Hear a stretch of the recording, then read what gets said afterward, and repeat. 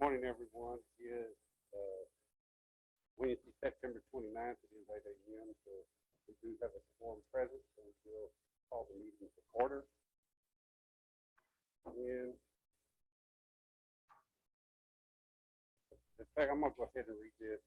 Effective September 1, 2021, the public is allowed to use the Zoom link below to participate in the board meeting. However, audio only is no longer allowed. Therefore, full video will be required when speaking to the board. During the meeting, please use the information below, and you can see the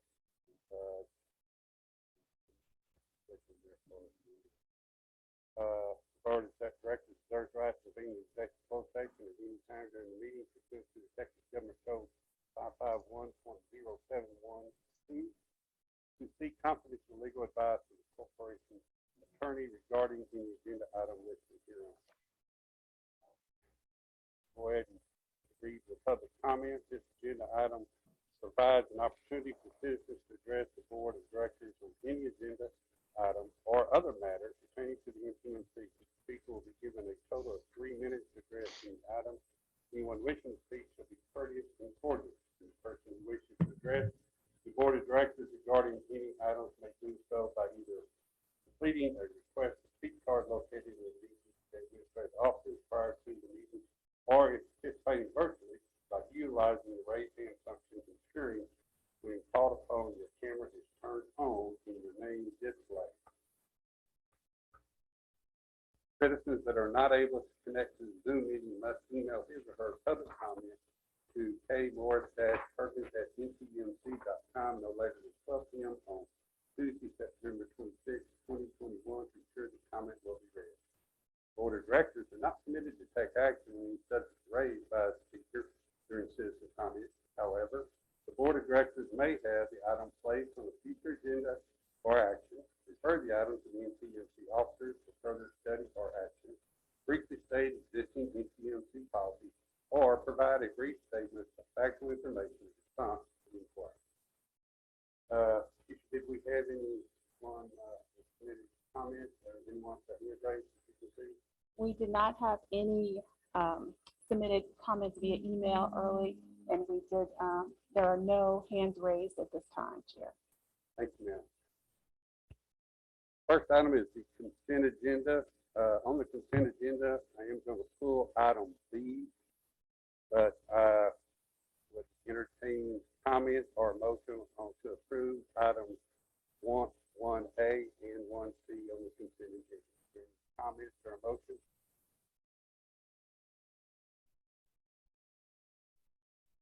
We have a motion by Member Combs to approve items 1A and C on consent agenda. Second. We have a second by Member Flores. All in favor, please say aye. Aye. Aye. Opposed, please say no. Motion carries. Thank you. Well, now we'll go back to consent agenda item 1B. Consider approval of the first amended and restated agreement for transportation management services between the North Texas Mobility Corporation and Henderson Transportation Group LLC. Member Suarez, I think you had something that you want to go over first. Yes, Chairman. Thank you very much. On item 1.2 of Article 1, it states that the contractor should be entitled to total compensation in the amount of $105,153 as follows: the $72,440 for such early termination of the general manager. I think we've had that conversation in the past, and I have no concern. I don't think that we had an opportunity as a board to discuss the $32,709 for early termination of the position of safety coordinator. My concern is typically severance or notice of key individuals as the general manager. I typically don't have an issue with that. However, we have not discussed why this NTMC board should consider approval for early termination of a safety coordinator and the secretary. I feel that the 90-day notice, if that needs to be addressed to address any concerns about giving the opportunity for the coordinator to transition to another position. I certainly understand that, but the the safety position is a position that has been historically filled by NTMC. And while I know we've been having some concerns about filling the position, I think that has to do more with the level of compensation as opposed to the agency being bound to an early termination payment. So I'd just like to hear from the Henderson Group why they feel that the 32,709 is an important clause. Otherwise, I'm sure it wouldn't be in here. Thank you. And just a point of order, it's not a point of order, but John, you'll be recusing yourself from voting on this when the board votes on it, since it is an agreement with you. So we'll allow you to present as the Henderson Group as it relates to this agreement.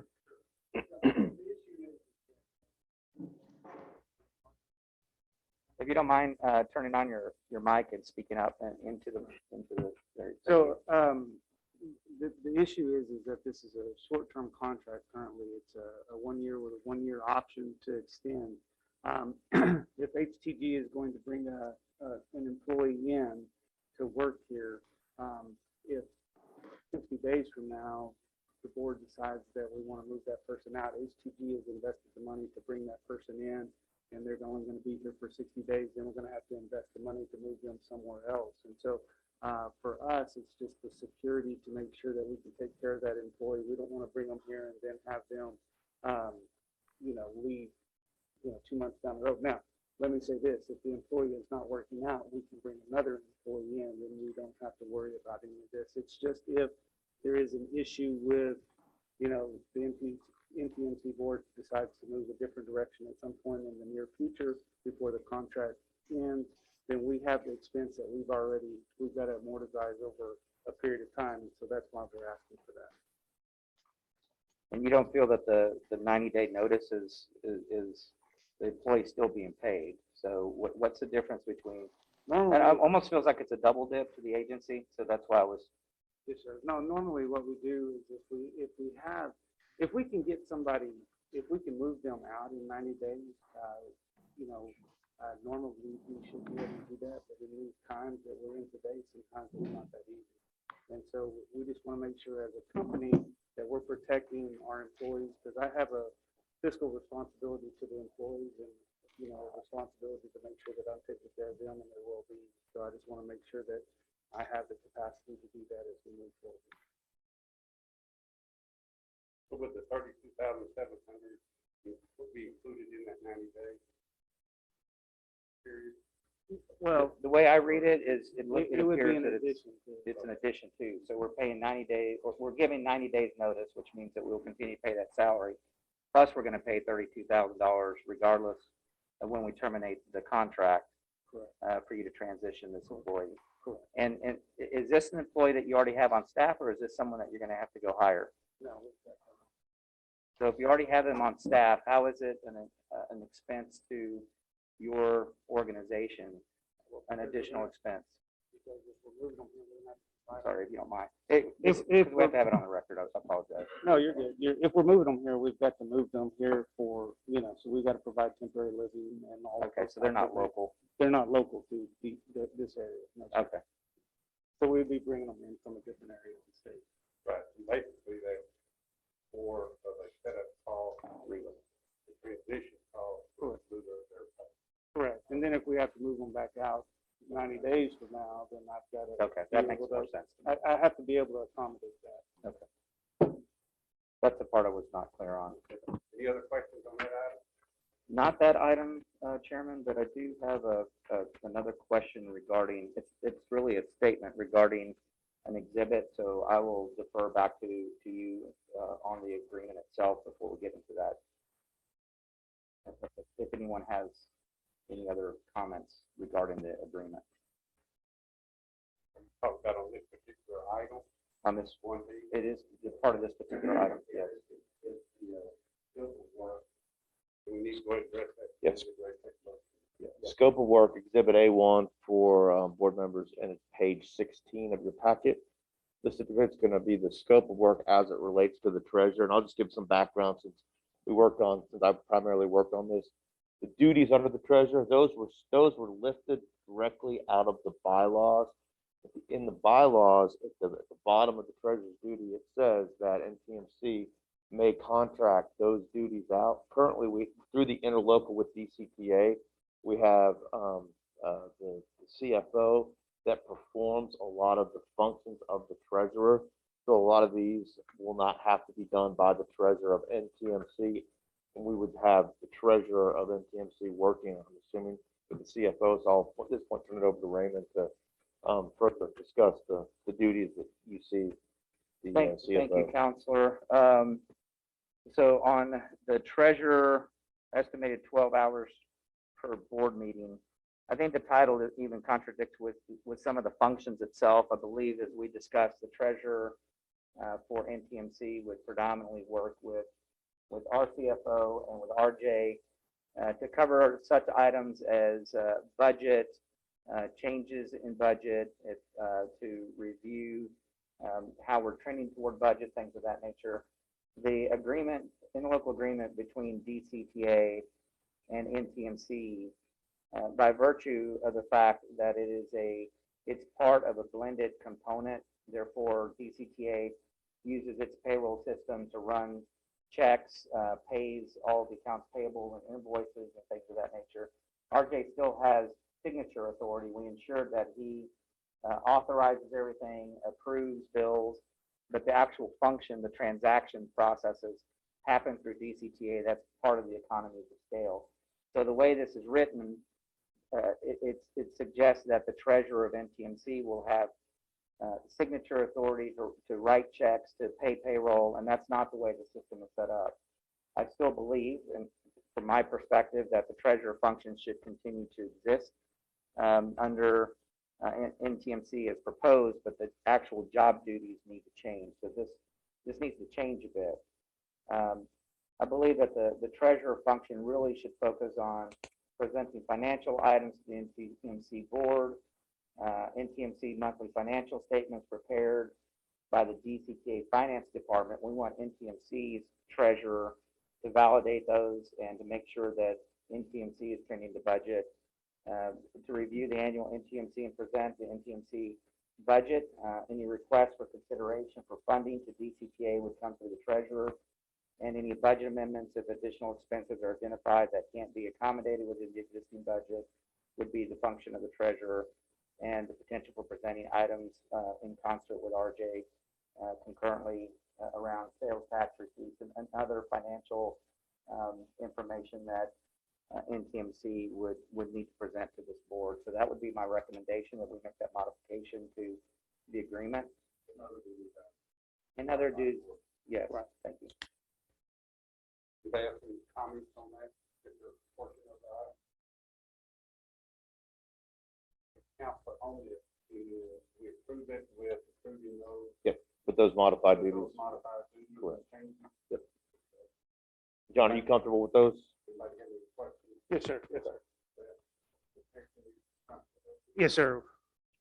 well, any questions or comments on item 1B? They have a motion to approve item 1B with the changes to the scope of operations of treasury. I'm having a hard time hearing, just a little bit. I can hear most everybody, but I can't hear the chair very well.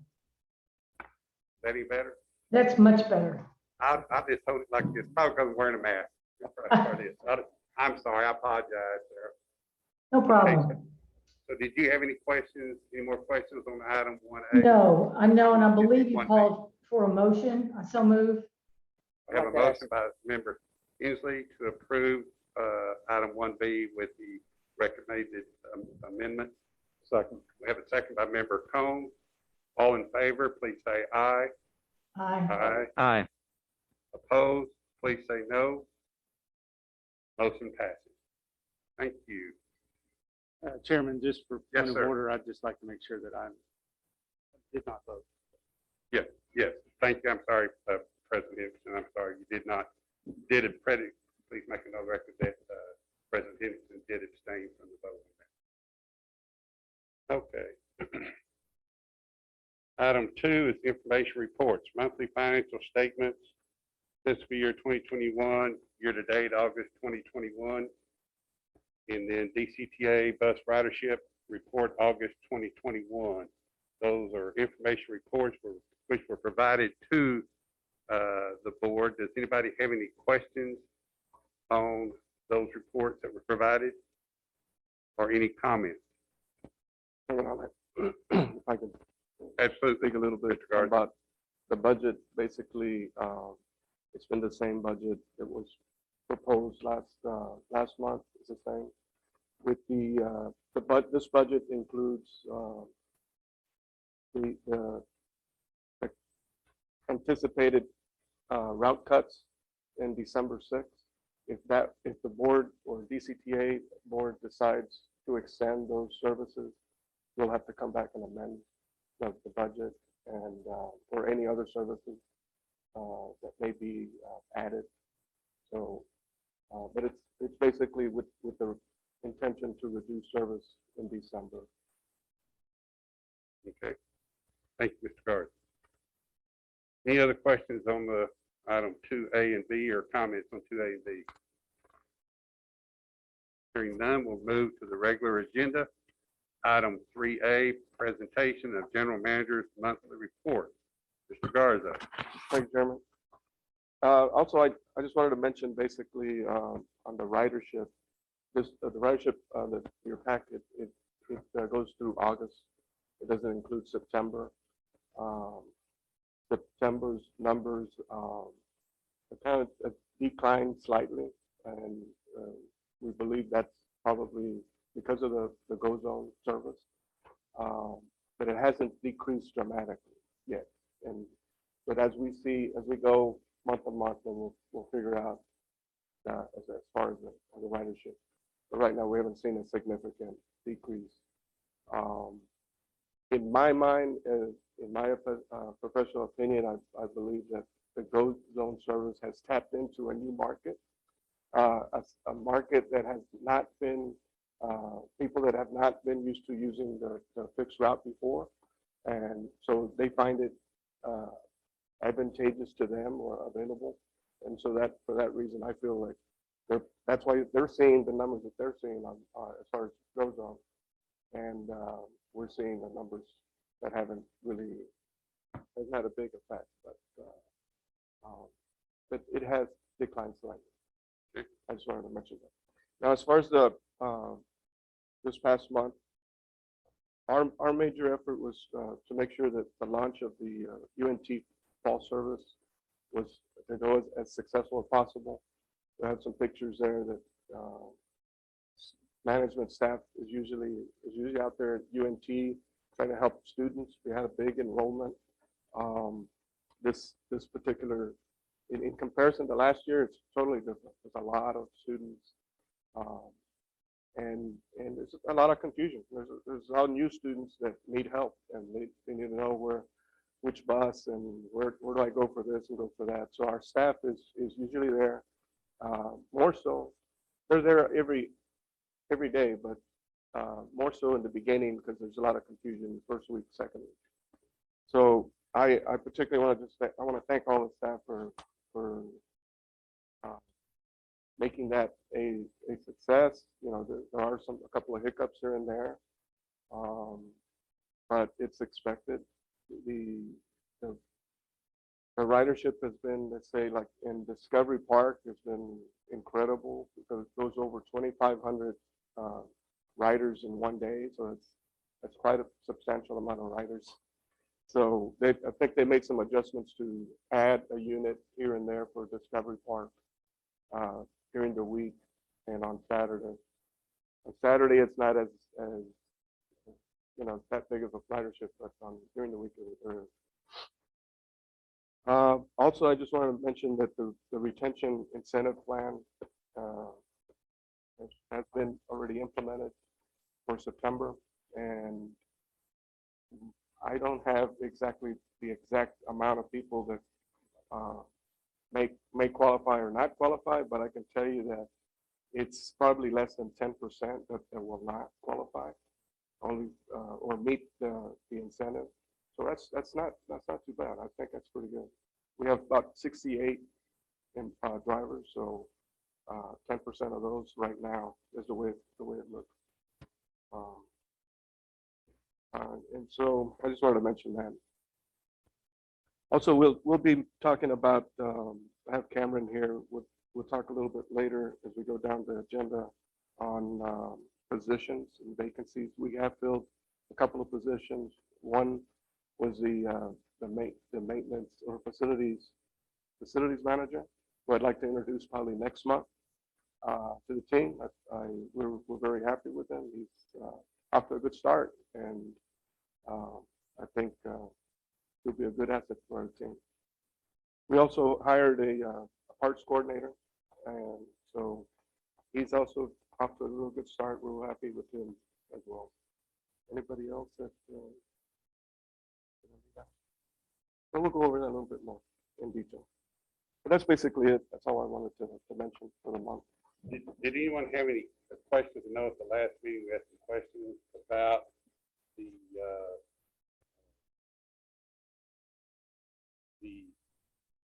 retention bonus that we had discussed. Did anyone have any questions on that, or any comments on how that's working, or whether we should continue that or just for the 1 month? Yeah, we are considering to continue it at least for October. We want to go over kind of like the salaries a little bit and talk about that and see if maybe there could be a little trade-off there with, instead of having this incentive bonus. We believe that, and I want to let Cameron talk about that as far as the analysis of wages in this area and where we stand with others, and then go from there. Then decide whether we can do October, November. But the initial plan was to continue the incentive till the end of November.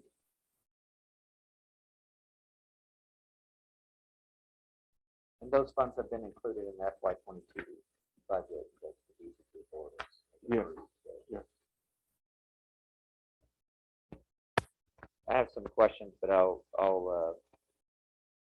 hold those until we have a discussion about the employee roster and open positions. Well, wouldn't we go ahead and do that now? Under 3A.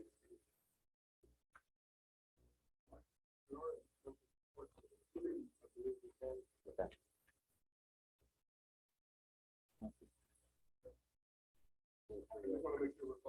Okay, perfect. We've already gone through the information for now on 3A.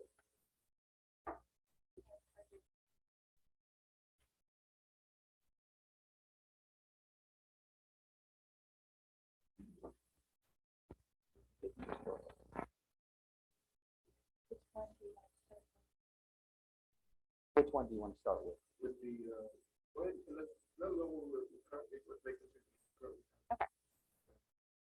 So currently, we still have a mechanic 1 position. Don't know if we're really looking to fill that at this moment in time.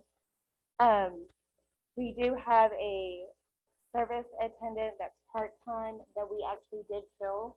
We also had a service attendant recently resign, so we will be filling that one as well. We still have a lead road supervisor that has become a little bit challenging to fill, so we are looking at reclassifying that position as a regular road supervisor, which will be easier to fill. We did recently fill it, but then now we have another vacancy. We are still looking for 2 dispatchers, and we are still down about 15 operators.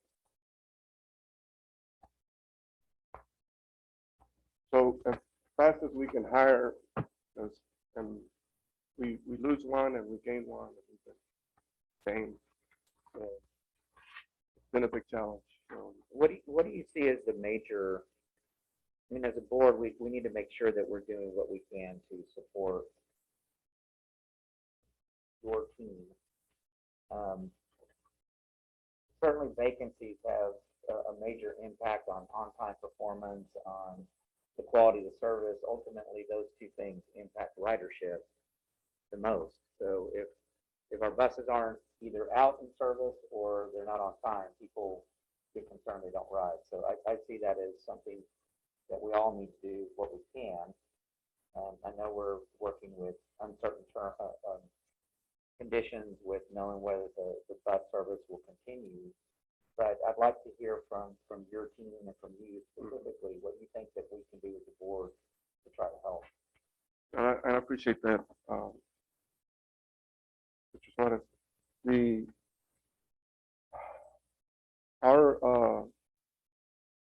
As you know, in the industry, CDL drivers I mean, there's a big need for CDL drivers, and this particular area is no different than anywhere in the country. And you know, it's typically unusual that the bus drivers from a school district earn more than bus drivers from a regular route service. It's usually the opposite. But in my mind, what I feel like that could help retain plus attract more is the wages. And I don't think we're far from where we really need to be. And I'd like for Cameron to go over that. But we're fairly close. But I think if we just recently lost a road supervisor that we just hired, and he went and took another job for more money. And anybody else that we've lost usually because of more money. So what I'm hearing like this is, are we better off to looking at revising our salary for positions in lieu of doing a retention bonus, or is it better to keep the salary as is and look at the retention bonus? That's kind of what I would like to do. Which was, y'all feel we do better? I mean, my concern with that is we just signed a 3-year agreement and we addressed compensation. That would be And the other. if we make compensation changes, then we're basically going back and renegotiating our 3-year agreement with the union. And we don't really know where we're heading with service. And I guess my last comment, and I'd love to hear from you, is I get concerned when we hear that our AGM and our road supervisors and everybody's pitching in to deliver service, but that's obviously not sustainable. So I recognize that we're in uncharted times with COVID, with a lot of competition. We're not the only agency that's struggling to hire people. But I think this is probably the meat of the subject for this board is what do we do to address this scenario? If nothing else, other than let's get through December and figure out what's going to happen next. But I don't know that that's the best strategy. So I'll let you respond. Okay. And I'd like to go ahead and what was initially asked by the board was analysis. So kind of would like for Cameron to go ahead and discuss that and her findings and other agencies in this area. So when we were looking at wage analysis for, excuse me, bus operators, we did a analysis with Trinity Metro, DART, Denton ISD, and Crum ISD. Those are the major transportation entities around us, okay? What we have found is DART, for their CDLs, they are paying 18 to 29% roughly more than NTMC. For their non-CDLs, which is their smart bus operators, we're looking at a 1.56 to a 4.18 increase from NTMC. So DART is between 1 and 4% over the non-CDL, and they are 18 to 29 as we go up the years for CDL. However, they are a bigger and massive transit agency here in the DFW Metroplex. With Trinity Metro, they pay their non-CDL and their CDL, from my understanding, the same rate of pay. The first 2 years, NTMC has an increase over them, and that is between 0.64% to 4%, And as you go up from the 24 to 36 months to over 48 months, they have a 4.48 to a 22.93 increase over NTMC. Denton ISD, they currently pay $20 an hour with a 2% annual increase. And then Crum ISD, they pay by minute. So 100 minutes, they pay $30 an hour. 100 to 150 minutes, they pay 35, and then over 150 minutes, they pay $40 an hour. So when we're looking at our increases and our decreases, we are kind of in between the middle of Trinity Metro and DART. So our wages, we are a smaller entity, however, but our wages could possibly use like a 2% to a 3% increase just to be compatible or competitive with the other transit agencies. We think We believe we're about 3% off in the current market. And that would, 3% increase, that would that be within our budget? Not in the current budget. kind of company. And again, my concern would be how do we effectuate that change without readdressing the contract? This is John Hendrickson. We would have to go back to the union and talk to the union about doing some type of wage, so if we could open that up and talk to them. Some of the things that I hear, and I hear this a lot, is how do we compete? Well, I think the way that we compete, we talk about the things that we have that are unique to this area, unique to the environment that we're going to provide. We need to provide a healthy environment, and I think right now with some of the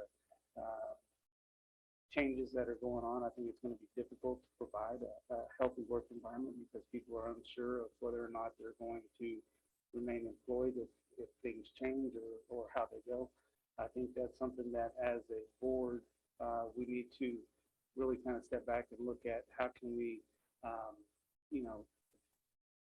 take care of employees and make sure that they feel welcome, that they feel comfortable, they feel secure in their jobs. And that way you can become a pinnacle employer in the area. Not necessarily do I believe, I mean, money is a motivator, but I think also a good working environment is a motivator. And I think sometimes we get lost in, well, let's just keep increasing wages or let's keep doing this. And I don't know that that's necessarily always the best solution. I mean, we have some systems throughout the state that I work with that, they're a good, solid company. The employees feel appreciated. And I think sometimes that has an impact, sometimes more than money, because if somebody's going to leave you for money, they're going to leave the next person for money as well. And so you've got to, you've got to look at the overall picture, and we've got to kind of step back as a board and figure out how can we create a stable, healthy work environment where our employees feel appreciated, our employees feel like they're part of the overall team and they're part of the overall mission of what we're doing.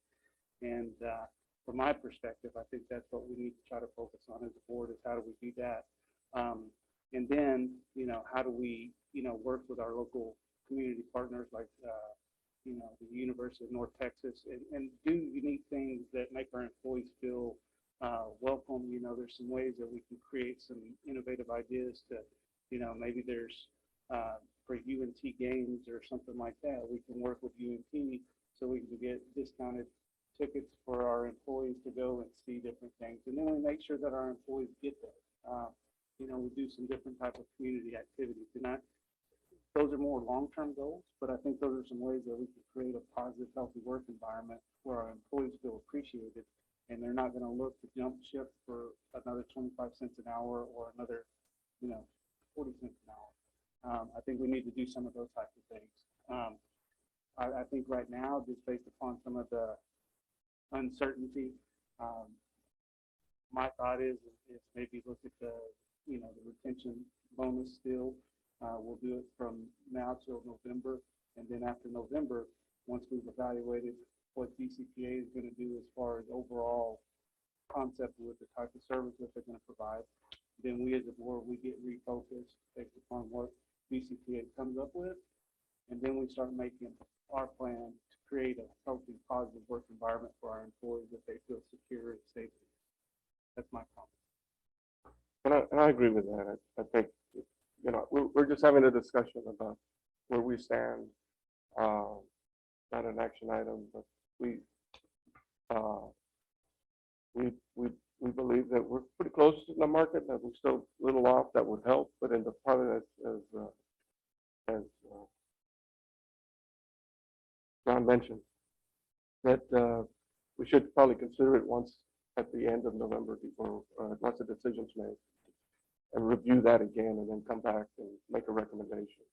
But right now, I believe we should go ahead and continue with the incentive bonus through the end of November.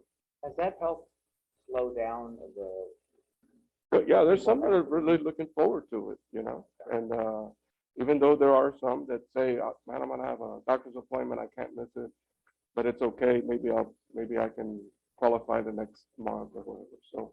I think that's an appropriate way to look at it. My other observation, and thank you for bringing those data points back. One challenge I think that we've had historically in looking at ISDs is ISDs don't necessarily pay the same, they don't pay the payroll during the summer, so they're typically paying a higher wage rate during the school year, but when you average it out, it's not much more annual compensation than what transit looks at. I think it's a good data point, and I appreciate you bringing that to our attention. Remember, Hensley, you deal with similar situations on a daily basis. A little bit different, but it is similar. What did you think about Mr. Stevenson's comments about the way to address this issue? Well, we're struggling to hire certain positions. Obviously, we don't hire drivers so much, but we do hire some, obviously, for solid waste. You know, we pay well here at the city for these positions, and actually we're doing some compensation studies right now in regards to some of those positions and have created step positions. So for instance, one of the problems we experience where if you're a driver for solid waste, you know, or there's other positions where you're in that position, that's pretty much it. Every year, yes, you're eligible for an increase for your performance. But one of the things we're looking at is in like DME is steps, so that position, as long when they stay there longer, they move up to another step, so they have an opportunity to make more money. That is one of the biggest issues is, you know, if you're only going to be in a position and you're only going to get 2%, 3% every year for performance, what they want is the ability to move up into a step position so that they can get higher pay and then get that performance merit increase. So we're looking at that, doing some compensation studies. But I will tell you, you know, we're not getting, we've had to reopen some positions a couple of times just to get good qualified pools. Thomas, did you have anything? 2 or 3 questions. What is the difference between the lead road supervisor and a road supervisor? You mentioned earlier that you're going to change. We currently have in the budget a lead supervisor who is in charge to help lead the rest of the supervisors. We're considering changing that to just reclassifying that to just a road supervisor. And so right now we currently have 4, that would put us at 5, but not hire a lead yet, and use that maybe at some point to promote one of those 5. Okay. And sometimes when you bring in somebody from the outside, it might not work as well as we intended. So let's start them off as road supervisors and then promote as necessary later down the road. Thank you. And then on the operators and hiring operators, do we get applications and then they just don't show interest, or are we not even getting applications? We do get applications and we get resumes and everything else. The current problem that we're having is, for example, we have hired, I want to say about 4 in the last 3 months. Okay, just out of example. They don't show up to their new hire training. They don't follow the pre-hire process. I mean, they just lose interest altogether because they have found a different position, either over the road or with another agency that pays more. We just lost a operator recently who was in training to go to another entity such as STARS because they pay better. The other one, and I don't know if this is gonna come up later, so if it's not an appropriate time to ask, but the dispatcher position, we've had this open for a considerable time also. We have, and we have extended offers to about 3 additional people, and one of them did not even go through the pre-hire process. They decided to take another position, or they didn't show up for orientation. And that's something else that RJ and I have discussed, is possibly looking at a salary analysis for certain departments within our organization to better see how we can attract a little bit more of a qualified candidate. Some also candidates that do come in to interview, it's the hours for them because either, they may be a family person and they cannot work until 11 or 12 o'clock at night. And are those positions on premise or can they be handled remotely? No, they have to be on premise. Thank you. Good You question. know, I agree. I like what Mr. Henderson said because I know I've got clients that their business is similar to ours and that all they do is deliver. 95% of their employees are drivers. They just can't get it. They're losing contracts because they can't get drivers. I think that's a big thing. However, I do like what Mr. Henderson said. It's more about if you have a person that's leaving for 20, 30, 40 cents an hour more, if they go to another company, they get another bump, they're going to leave that company too. Or they're going to come back to you when they find the grass isn't green. I think if we can create a stable, steady environment for them that they feel like they're part of not only the company, but part of the community where they take pride in their services. I think that would be very beneficial to us. You mentioned getting involved in different things in our community. I think that's a big thing. They take pride in it. So they're willing to give up a little bit of that, maybe that grass isn't so green over there, and stay here and build a future for us. So I would be in favor of going ahead and continuing the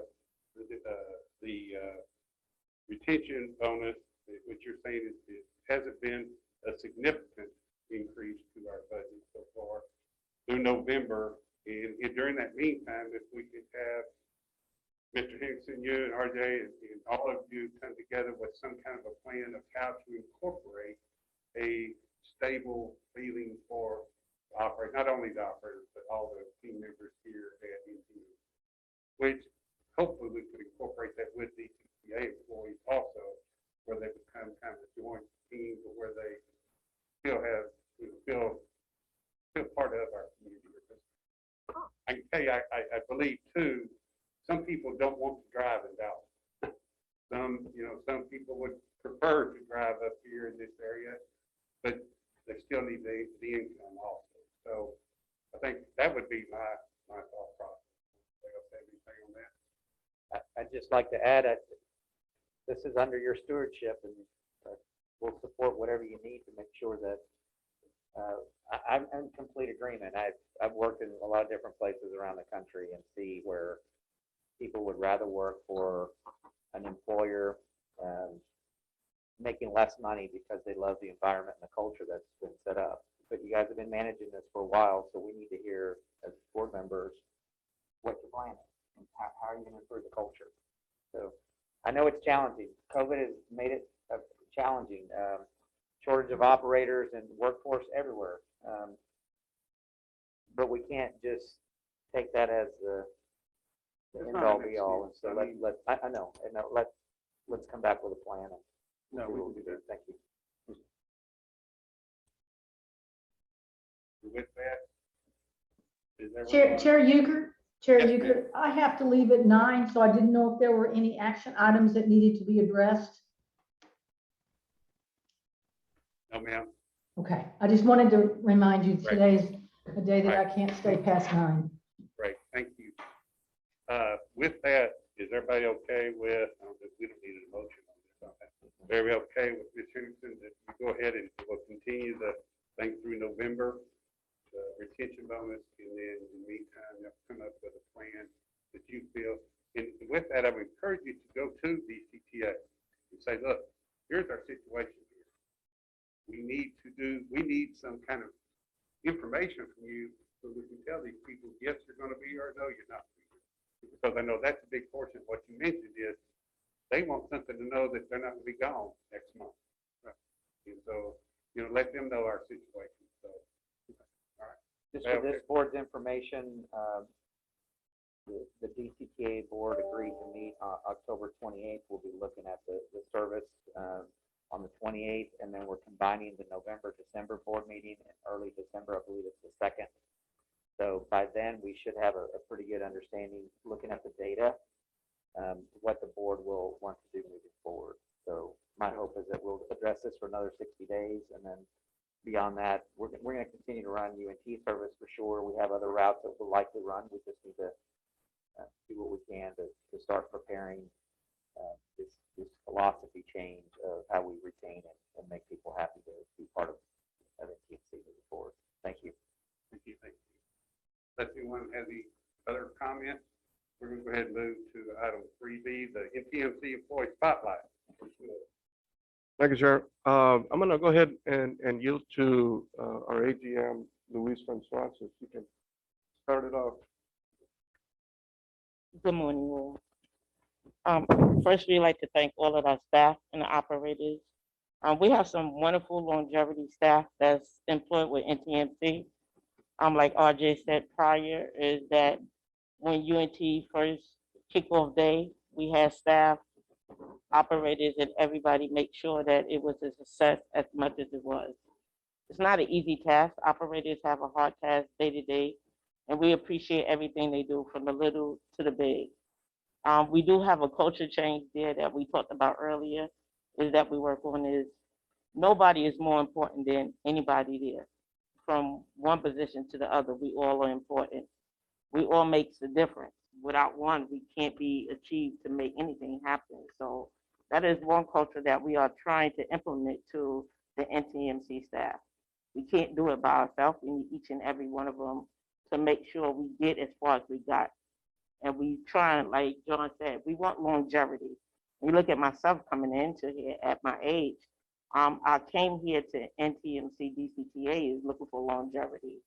If I could get longevity before I could get pennies, it makes a difference.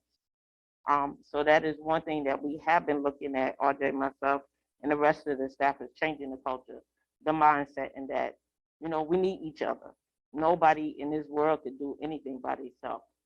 So that is the step that we are trying. So from the operators to the dispatchers, to the rope supervisors, to the facility maintenance, to the fuelers, we appreciate everything they're doing because we need each and every department. Without the fuelers, we can't have buses running without maintenance. So it's a combination that each team interact with each other.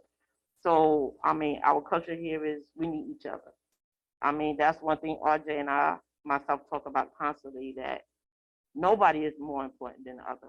The AGM, the GM is no more important than the other. And I know at times they don't want the AGM to do work, but we just got to make sure we get the job done. It's not an easy task. Sometimes we look at it pitching in more than letting things go and fall of the shortage. So I understand that, yes, AGM should be doing more of delegating and do everything. But when I see a shortfall, I have to step in to make sure that we remember what we here is to serve the public. If I don't be out there to assist, we have a ride that might go down. And that makes a difference with serving the public. And that's what we all here is for, the public. So I thank each and every one of our staff, like I said, the operators, the fuel attendants, the maintenance departments, the road supervisor, dispatcher. Everybody have been doing as much as they can to make sure that we continue to assist with NTMC and DCTA working together collectively. And that's all I have to say. Thank you, ma'am. Well said.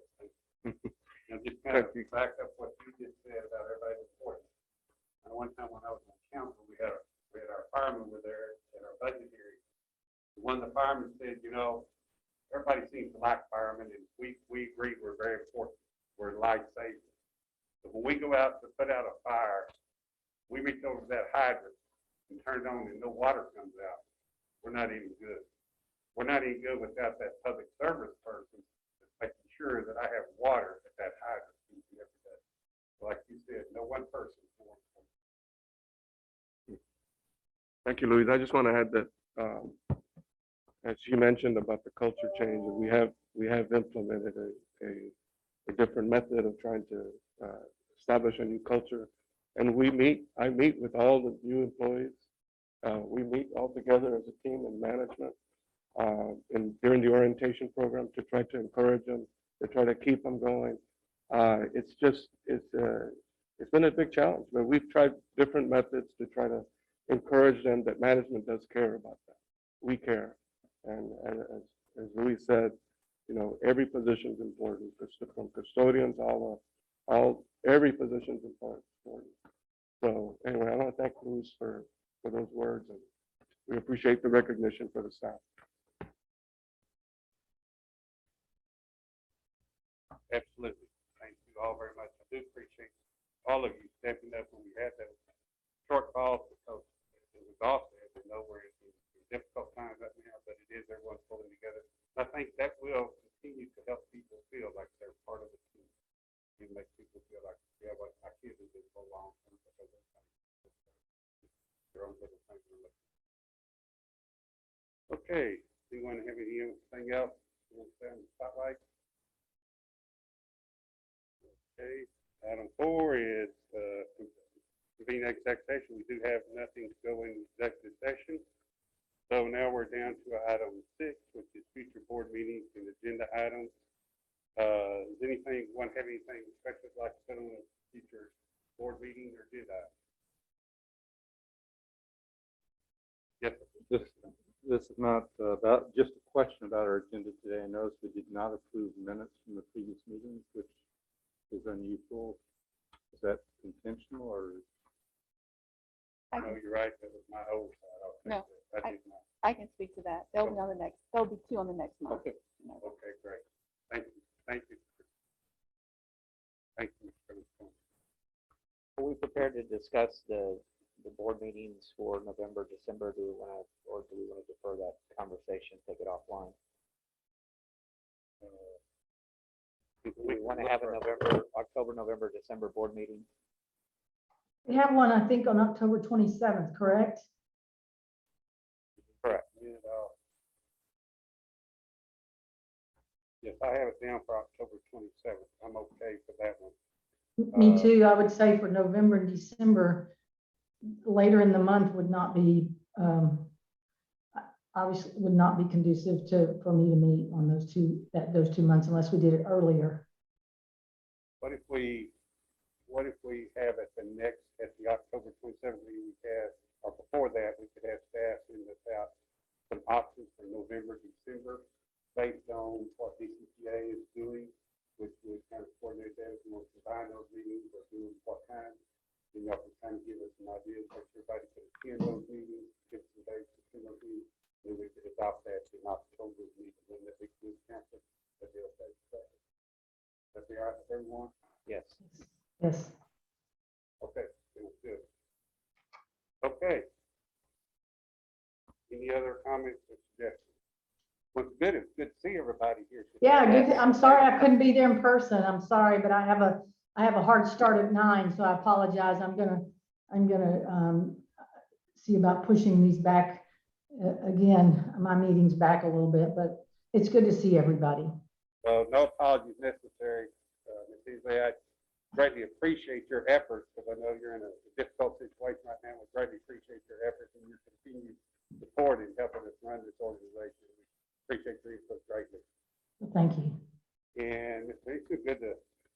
Jackson in person and see you, and appreciate you being with us here this morning.